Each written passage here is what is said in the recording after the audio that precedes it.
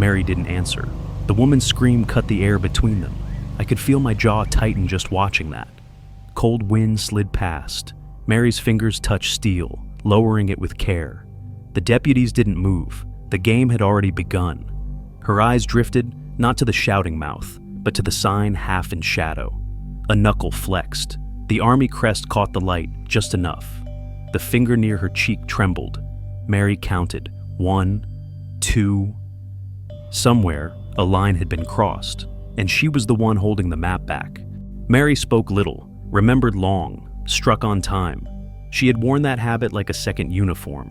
Not from the Air Force, though 12 years in psychological operations had trained her to measure words like ammunition, but from growing up in a place where patience was currency. Lake Hollow wasn't much to outsiders. A row of weathered docks, pines leaning over black water, one dirt road curling around the shore, ending at the Cooper house. Dylan's father had built it with his own hands. Mary never met him, but she knew the weight of his work, the porch rail worn smooth by decades of elbows, the cedar window frames he'd cut and fitted himself. One of those windows sat open now, half sanded. Dylan had been fixing it last fall before the frost came. The job had stopped. The nails he'd pulled still left rust stains on the sill. That window was why she stayed quiet, why she watched.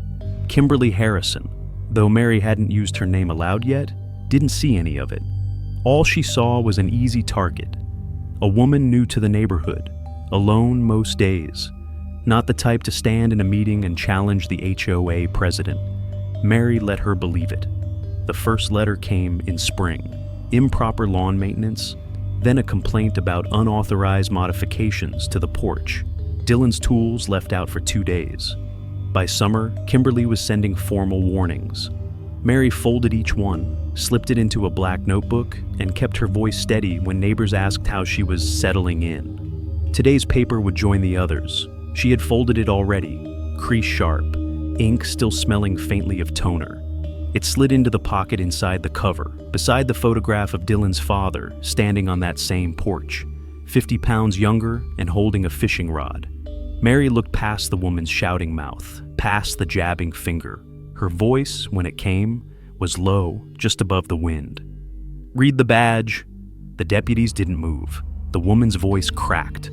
Somewhere behind Mary, the lake shifted against the shore. It wasn't about winning an argument. It was about drawing a line she could defend without raising her voice. Some lines, once crossed, don't wash away. They called her the president, not on paper, just in voice and posture. Kimberly Harrison arrived without knocking, clipboard under her arm, roll of yellow paper in her hand. She walked like the gravel belonged to her. Mary stood on the porch, silent. Kimberly didn't look up. She unrolled the notice, smoothed it with her palm, and taped it to the cedar post. Violation. Unauthorized gate alteration. The letters were bold, too neat to be handwritten.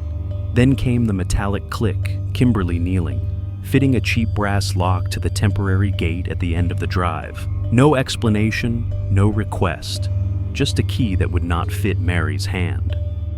"Full community consent," she said over her shoulder, loud enough for the neighbors to hear. "Absolute agreement."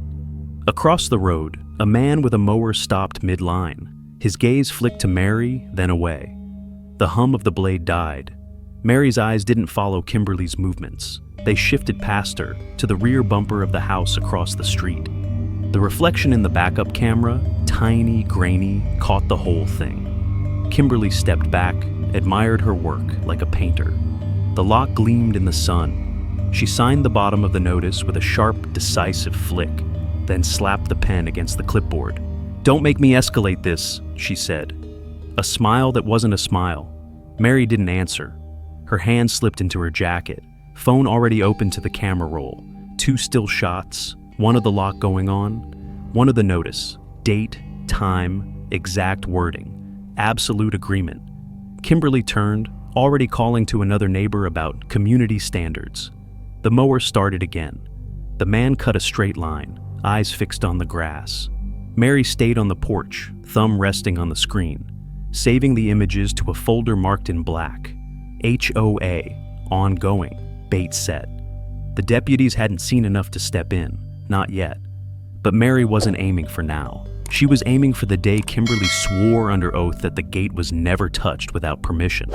Some traps don't need springs, just memory, and the right words, saved in the right order. Some moments stay with you longer than they should. If you face that kind of quiet pressure, you know the weight. You can share your take, or stay close for the next turn in the story. The emails came first, short, clipped. Per HOA guidelines, compliance is required within 14 days.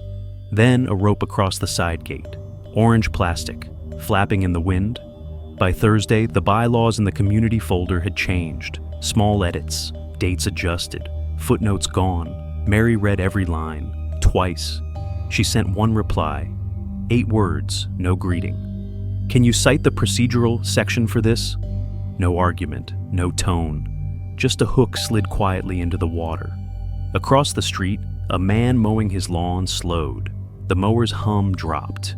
His brow tightened. He kept moving, but slower now. Mary saw it, noted it. The next meeting date was announced. She circled it on a calendar pinned inside the pantry. Then she underlined it. The chair nearest the microphone was still open on the seating chart. She marked it with a black dot. The second rope went up on Saturday. Kimberly's voice carried down the block. This was decided weeks ago. I already have the votes. Someone standing beside her wrote that down without looking up. Mary didn't move from the porch. She closed the folder in her lap. The old incident report slid into the black notebook beneath. She tapped the spine once. The deputies at the corner leaned into their cars. No one spoke. The rope fluttered. The edit sat in plain sight. And the woman holding the clipboard thought she was closing the case. She wasn't. The meeting room smelled of old carpet and coffee left too long. Mary took the chair nearest the microphone. Black dot on her calendar, now in real time. When the agenda reached property compliance, she raised her hand. Could we read the original clause, word for word? Kimberly's head snapped. It's been updated. Everyone's aware. We don't need to waste time. Mary didn't argue. She slid a thin folder across the table. Inside, 3 stapled pages, clause highlighted, date stamped from 6 months ago. She turned the top page slowly so the bold header faced the microphone. Didn't speak, didn't look up, just let the silence work. Kimberly leaned forward, voice sharper. Look, everyone here agreed, absolute agreement. This isn't up for debate.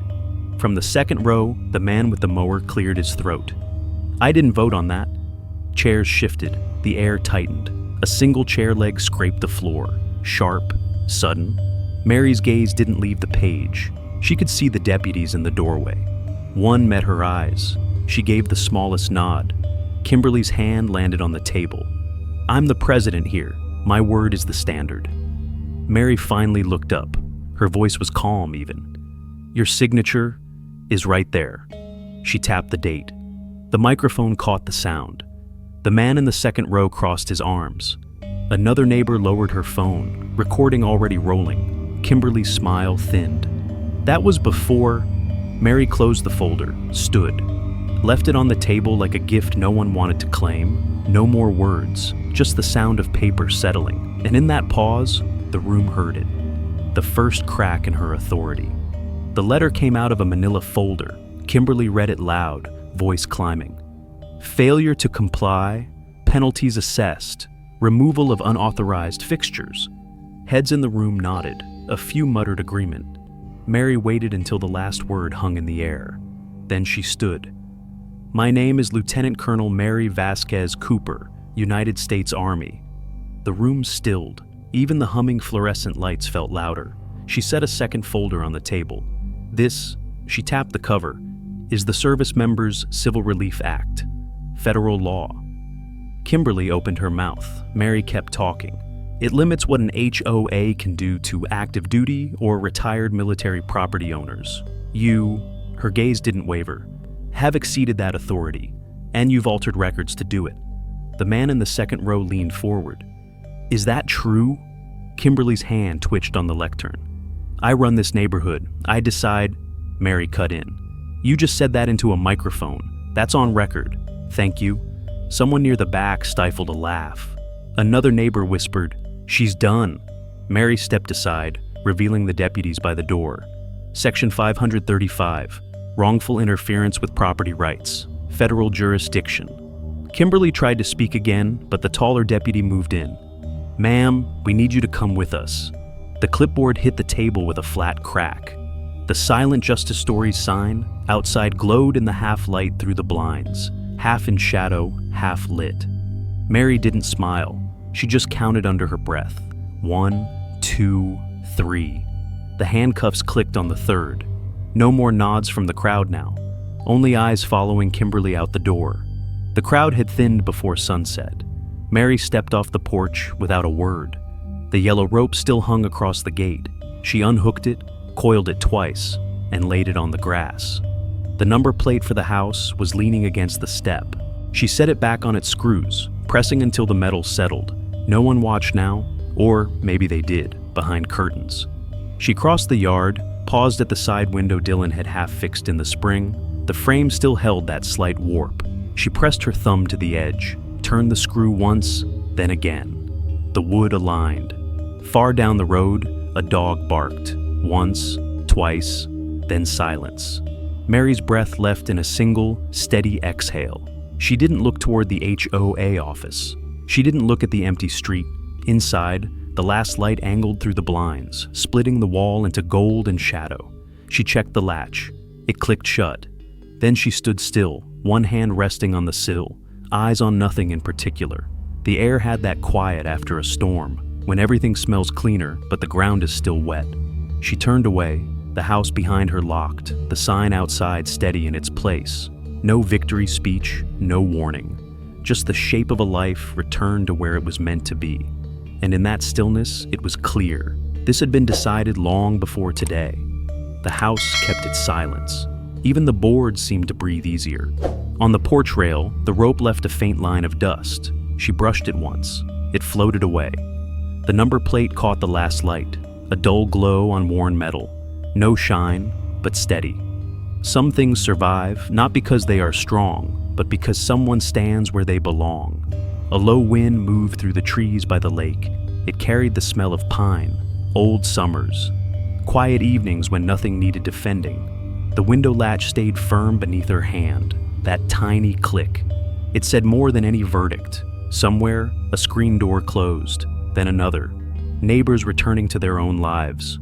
Mary stayed by the sill, watching the line of shadow creep across the floor. Her father once told her, "The hardest fights are the ones you never show." She'd understood it differently then. Now, it fit. In the yard, a dog crossed the gravel without barking. It paused, looked up, then kept walking. The air cooled, the street emptied. Nothing here shouted a victory, no banners, no applause.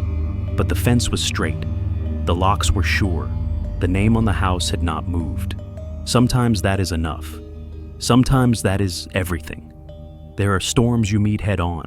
There are storms you let pass, only to find the ground still yours when the clouds break. She stepped back from the window. The house held. The night waited.